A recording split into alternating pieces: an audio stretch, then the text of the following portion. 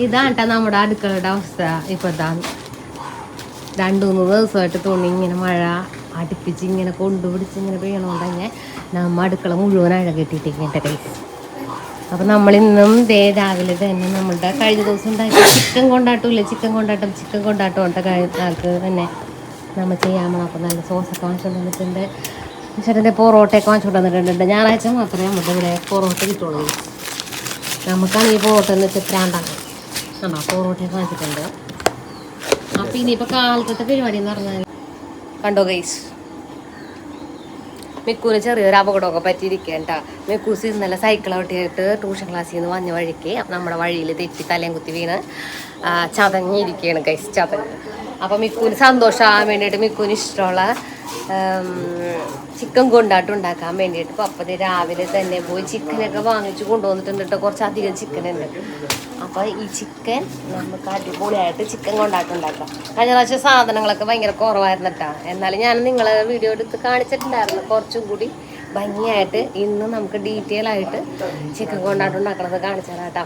കുറേ നാളായി ഇപ്പം ഞാൻ വീഡിയോ ഷോർട്സ് ഒക്കെ ചെയ്തിട്ട് നമ്മൾ വീഡിയോസൊക്കെ ചെയ്യാണ്ടിരുന്നേമ നമ്മുടെ വ്യൂസും കാര്യങ്ങളൊക്കെ ഡൗൺ ആയിട്ട് താഴോട്ട് പോകും. അപ്പോൾ അതേപോലെ തന്നെ ഡൗൺ ആയിട്ട് പോയപ്പോൾ പിന്നെ എനിക്കൊരു ഇൻട്രസ്റ്റ് ഇല്ല കേട്ടോ. നമ്മുടെ ചാനൽ മോണിറ്റൈസേഷനൊക്കെ ആയിട്ട് ഇനിയും കടക്കണമെന്നുണ്ടെങ്കിൽ ഒരുപാട് വീഡിയോസും കാര്യങ്ങളൊക്കെ നമ്മൾ ചെയ്ത് പോയാലാണ് നമ്മൾക്ക് ആ ഒരു മോണിറ്റൈസേഷൻ കിടന്ന് നമുക്ക് അതുകൊണ്ടൊരു ഗുണവും ഉണ്ടാവുള്ളൂ. പക്ഷേ ഇപ്പം ആ ഒരു ഘട്ടത്തിലോട്ട് വന്നു കഴിഞ്ഞപ്പോൾ എനിക്ക് വീഡിയോസൊക്കെ എടുക്കാനുള്ളൊരു മടിയും കാര്യങ്ങളൊക്കെ ഉണ്ട്. അപ്പോൾ ഇതൊക്കെ ഒന്ന് മാറ്റി വെച്ചിട്ട് വീണ്ടും പഴയ പോലെ ആക്റ്റീവ് ആകാമെന്നൊക്കെ ഓർത്തിട്ട് നമ്മൾ ഇറങ്ങിയേക്കാണ്.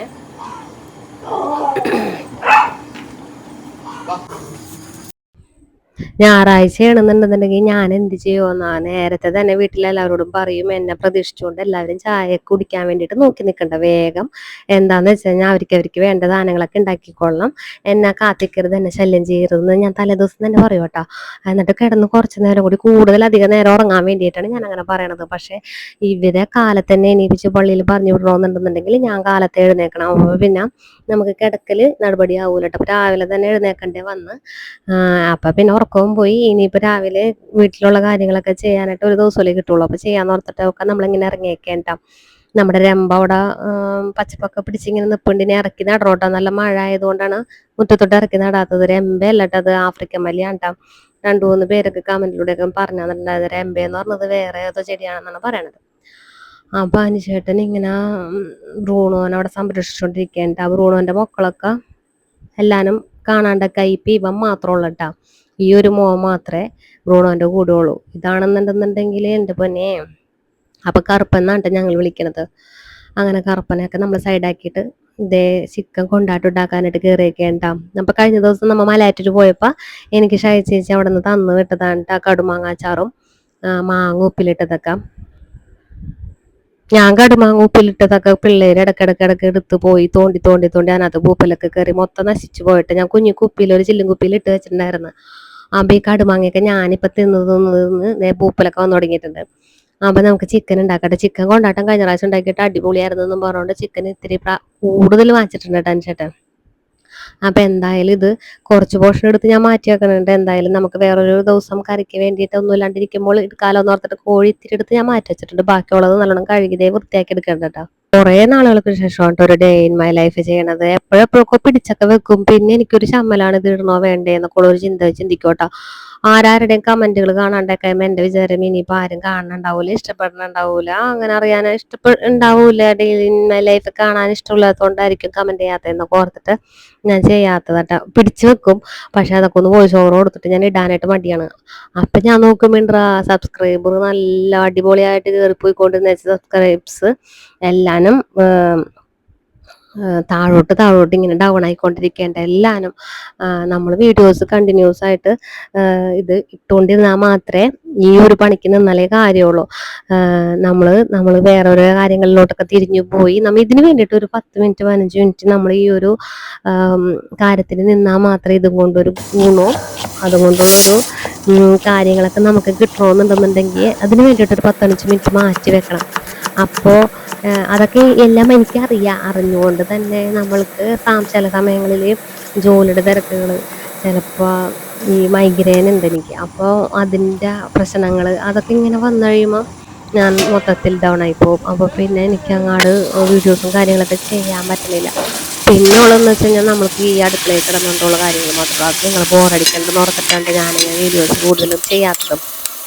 അപ്പോൾ ഡേ ഇൻ മൈ ലൈഫൊക്കെ ഇഷ്ടപ്പെടുന്നുണ്ട്, കാണാൻ താല്പര്യം ഉണ്ടെന്നുണ്ടെങ്കിൽ ഉറപ്പായിട്ടും തീർച്ചയായിട്ടും നിങ്ങൾ കമൻറ്റിലൂടെ പറയണം. എന്നാലും എനിക്ക് നിങ്ങളുടെ അഭിപ്രായങ്ങൾ അനുസരിച്ചിട്ട് നമുക്ക് വീഡിയോസും കാര്യങ്ങളൊക്കെ ഇടാനായിട്ടൊരു ഇഷ്ടം ഉണ്ടാവുള്ളൂ. അപ്പം അതവിടെ ഇരിക്കട്ടെ. അപ്പോൾ കഴിഞ്ഞ പ്രാവശ്യം ചിക്കൻ കൊണ്ടാട്ടം കണ്ട എല്ലാവർക്കും അറിയാൻ പറ്റും ഞാൻ ഈ ഒരു രീതിയിലല്ല കേട്ടോ.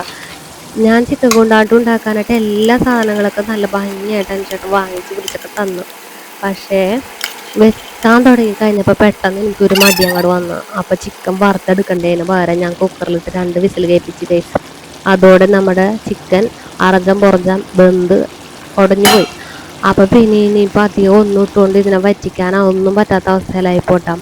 മൊത്തത്തിൽ പറഞ്ഞു കഴിഞ്ഞാൽ കറി നല്ല അടാറ് ഫ്ലോപ്പായിപ്പോയെന്ന് തന്നെ പറയാം. എന്തായാലും ഞാൻ അതൊക്കെ കാണിച്ച് കുറച്ച് മേക്ക് ഓവറൊക്കെ ചെയ്തെടുത്ത് പൊറോട്ട കൊണ്ടുവന്നിട്ടുണ്ടായിരുന്നിട്ട് ആ പൊറോട്ട കൂട്ടിയിട്ട് ഞാൻ കഴിച്ചു നോക്കി.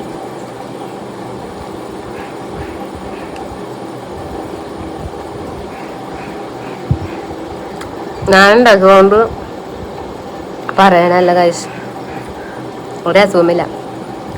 അതെ, ഇത് വറുത്തിട്ടായിരുന്നു ചിക്കൻ വെക്കേണ്ടത് കേട്ടോ. എനിക്കിന്ന് കാലത്ത് എണീറ്റപ്പം മുതൽ നല്ലൊരു മടിയും കാര്യങ്ങളൊക്കെ ഉണ്ട്. അപ്പം അതുകൊണ്ട് തന്നെ എളുപ്പപ്പണിക്കാണ് ഞാൻ ആ കുക്കറിൽ വിസിലേൽപ്പിച്ചെടുത്തത്.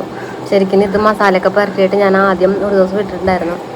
മസാലയൊക്കെ പുരട്ടിയിട്ട് വറുത്തെടുക്കണം, എന്നിട്ടാണ് ഈ വക സവാളയിലൊക്കെ വഴറ്റിയിട്ട് ഇട്ട് ചേർത്ത് പുരട്ടിയെടുക്കേണ്ടത് കേട്ടോ. എനിക്ക് മടിയായതുകൊണ്ട് ഞാനിന്ന് കുക്കറിലെടുത്തിട്ട് വേവിച്ചിട്ടാണ് ഉണ്ടാക്കിയത്. അതുകൊണ്ടാണ് ഞാൻ വെന്ത് ഉടഞ്ഞും പോയി, മൊത്തം ചള കൂളായിപ്പോയി. അപ്പം ചില്ലി ചിക്കൻ്റെ ഒക്കെ ചെറിയൊരു ഫ്ലേവർ വന്നിട്ടുണ്ട് കഴിക്കുമ്പോൾ.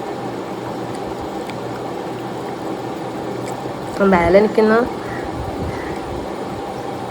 അനീഷേട്ടൻ്റെ അത് കിട്ടാൻ നല്ല ചാൻസ് ഉണ്ട്. നല്ലോണം കൂടുതൽ ഉണ്ടാക്കുന്നൊക്കെ പറഞ്ഞ് വാങ്ങിച്ചതാണ്. കുറച്ച് ചിക്കൻ എടുത്ത് മാറ്റി വെച്ചാൽ എന്തായാലും നന്നായി ഗൈസ്. മൊത്തം ചിക്കൻ കംപ്ലൈൻറ്റ് ചെയ്തായിപ്പോയാൽ.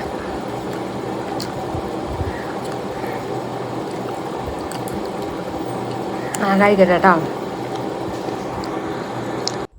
കാലത്തെ ഭക്ഷണം എന്തായാലും ചീത്തായി പോയതിന്റെ സ്ഥിതിക്ക് ഇനിയിപ്പോൾ ഉച്ചക്കത്തെ ഭക്ഷണം നമുക്ക് നോക്കാട്ടോ. അപ്പോൾ ഇടയ്ക്ക് ഇതിൻ്റെ ഇടയിൽ കുണുകുണു കേൾക്കോട്ടെ. എന്താണെന്ന് വെച്ച് കഴിഞ്ഞാൽ വോയിസ് ഓവർ കൊടുക്കുന്നതിൻ്റെ ഇടയിൽ ഇതേ പഞ്ചടം വന്നിട്ടുണ്ട്. ഇനിയിപ്പോൾ ഇതിൻ്റെ ഇടയിൽ കുണുകുണു പറഞ്ഞുകൊണ്ട് ഇങ്ങനെ വരും.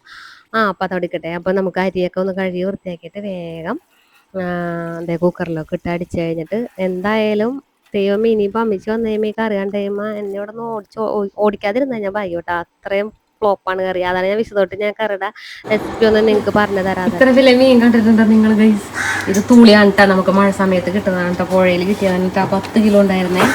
അതിൻ്റെ ഒരു പോർഷൻ നമ്മളിങ്ങനെ വാങ്ങിച്ചുകൊണ്ട് പോകാം കേട്ടോ. നമുക്കിത് ഇങ്ങനെ അരിഞ്ഞ് വറുക്കാൻ പോയേണ്ട, മൊത്തത്തിൽ വറുക്കാം മസാലയൊക്കെ പറ്റി.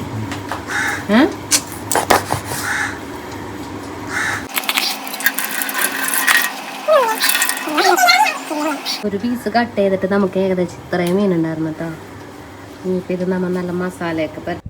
അപ്പം ഈ മീനെ തൂളി മീനാണ് കേട്ടോ. ഇത് നന്മളത്തിൽ ഉണ്ടാവണതാണ്. അതായത് മഴക്കാലത്ത് പുഴയിൽ നിന്നൊക്കെ കിട്ടുന്ന മീനായിട്ട് റെയറായിട്ട് കിട്ടുന്ന മീനാണ്. അത് 10 കിലോത്തോളം ഉണ്ടായിരുന്ന അതിൻ്റെ ഒരു പോർഷൻ ചെറിയതായിട്ട് കിട്ടാത്ത മീനായതുകൊണ്ട് തന്നെ പിടിവലിയൊക്കെ കൂടിയിട്ട് അങ്ങനെ വാങ്ങിച്ചുകൊണ്ടതാണ് വന്നതാണ് ചേട്ടൻ. അപ്പോൾ കൈയോടെ തന്നെ ഫ്രഷ് ആയിട്ട് ഫ്രിഡ്ജിൽ വെച്ച് കഴിഞ്ഞാൽ അതിൻ്റെ ടേസ്റ്റും കാര്യങ്ങളൊക്കെ അപ്പം പോവും. പുഴമീനൊക്കെ കിട്ടിക്കഴിഞ്ഞാൽ അപ്പം തന്നെ കറി വെച്ച് തിന്നണം, അതാണ് അതിൻ്റെ ഒരു രീതി. അപ്പം അനുചേട്ടൻ ക്ലീൻ ആക്കിയിട്ടാണ് കൊണ്ടുവന്ന് വെച്ചത്. പിന്നെ കട്ട് ചെയ്ത് മസാലയൊക്കെ പറ്റിയിട്ട് വേഗം വറുത്ത് തന്നോണ്ട് സെറ്റായിട്ടാ. പിന്നെ ഞാൻ കറി ഫ്ലോപ്പായെങ്കിലും ഉരുളിയിലത്തെ കോഴിക്കറി പകുതി മുക്കാലും തീർന്നിട്ടുണ്ട് കേട്ടോ. ഇനിയിപ്പോൾ ഉച്ചക്ക് എടുക്കാനുള്ളത് മാത്രമേ ഉള്ളൂ. ഇതാണ് കേട്ടോ ഞാൻ ഇവിടുത്തെ പ്രത്യേകത. ഞാൻ എന്ത് കറി ഉണ്ടാക്കി അത് എന്ത് ഫ്ലോപ്പായാലും ഇവരെല്ലാവരും കഴിച്ചിട്ട് സഹകരിക്കുന്ന എല്ലാ ആൾക്കാരാണ് കേട്ടോ നമ്മുടെ വീട്ടിലുള്ളത്. അതുകൊണ്ട് തന്നെ ഞാൻ എന്ത് കറി ഉണ്ടാക്കി കൊടുത്തു കഴിഞ്ഞാൽ ഇവർ കഴിച്ചോളും. അങ്ങനെ നമ്മളുടെ ചോറിറ്റൊക്കെ കഴിഞ്ഞിട്ട് ഞാൻ ചേച്ചി തന്ന ഒരു ഉപ്പുമാങ്ങ എടുത്ത് ഞാൻ പ്രഷർ എന്തോ കുറവുണ്ടെന്ന് തോന്നുന്നു, തല ചുറ്റലും അങ്ങനെയൊക്കെ ഒരു സംഭ്രമങ്ങളൊക്കെ എനിക്ക്. അപ്പൊ ഞാൻ ഈ ഉപ്പുമാങ്ങയൊക്കെ തിന്നിട്ട് ഞാൻ ഇനിയിപ്പോ കിടന്നുറങ്ങാൻ പോയിനെ. അപ്പോൾ ഗുഡ് നൈറ്റ്. എന്തായാലും ഇപ്പൊ രാത്രിയല്ലേ നിങ്ങൾ വീഡിയോ കാണണം. ഓക്കെ ട്ടാ.